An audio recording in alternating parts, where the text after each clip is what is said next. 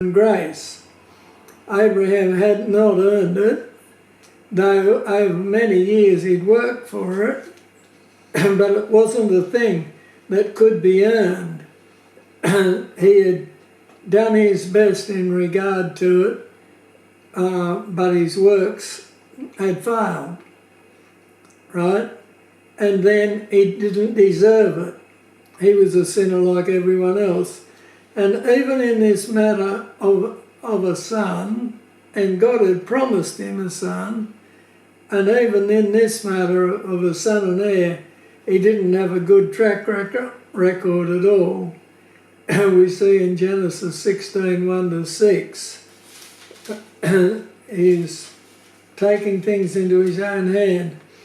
Now Sarah, Abraham's wife, bare him no children, and she had a handmaid, an Egyptian named Hagar, whose name was Hagar. And Sarah said unto Abraham, Behold, now the Lord hath restrained me from bearing, I pray thee, go in unto my maid, and it may be that I may obtain children by her. And Abraham hearkened to the voice of Sarah.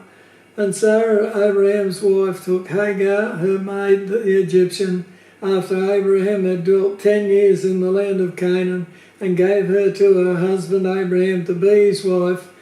And he went in unto Hagar, and she conceived, and when she saw that she had conceived, her mistress was despised in her eyes.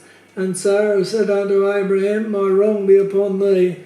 I have given my maid into thy bosom. And when she saw that she had conceived, I was despised in her eyes. The Lord's judge between me and thee. But Abraham said unto Sarah, Behold, thy maid is in thine hand. Do to her as it pleaseth thee. And when Sarah dealt hardly with her, she fled from her face. So that was a real mistake, wasn't it? And it brought about a domestic problem there. So he didn't deserve what God promised him.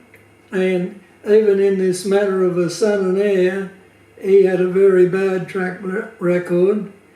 And then we understand that the achieving of it was totally outside his control anyway. There was absolutely nothing he could do about it. Yet, God promises that Abraham was going to get it as a free gift, and it was the very thing that Abraham's heart desired. So he was going to get his heart's desire without having to work for it, without having to earn it, without having to deserve it, even though it was totally outside his control. So we see that this believing on Abraham's part involved belief, trust, faith, assurance, and it was based on God's grace.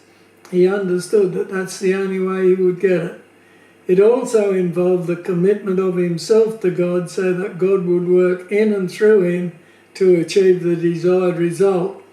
And so we see that this believing is a comprehensive thing. It's not just a thing in your head where you say, oh yeah, I believe that. It involved the commitment of himself as well.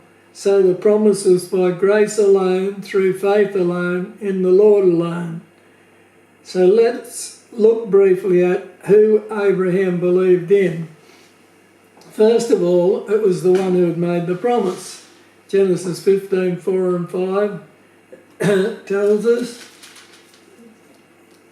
after these things, we'll just read 4 and 5, and behold, the word of the Lord came unto him, saying, this is to Abraham, this shall not be thine heir, but he that shall come forth out of thine own bowels shall be thine heir. And he brought him forth abroad and said, Look now towards heaven and tell the stars if thou be able to number them. And he said unto them, So shall thy seed be. Now, that was who Abraham believed in, the one who was able to make that promise. And next, he believed in the one who had the ability to extend this grace to him and actually fulfill the promise. God could do what God said he would do, and Abraham knew and understood this. And then it was the Lord, Jehovah, the Eternal One, the great I Am, the Creator, the one who was in the beginning, the triune God, the Word, And so Abraham had a good basis to believe God because he understood who God was. Then note that he believed in the Lord and not on the Lord. His was a personal belief in a person. It wasn't just an academic acceptance that God existed. People all the time say, oh yeah, I believe in God. And they think, well, yes, where it says that you believe and you're saved, they say, I believe in God, so I suppose I'm saved. Well, that's definitely not what we're finding here, is it? He believed in the Lord, not just an academic acceptance, it involved commitment, trusting, faith, belief, assurance.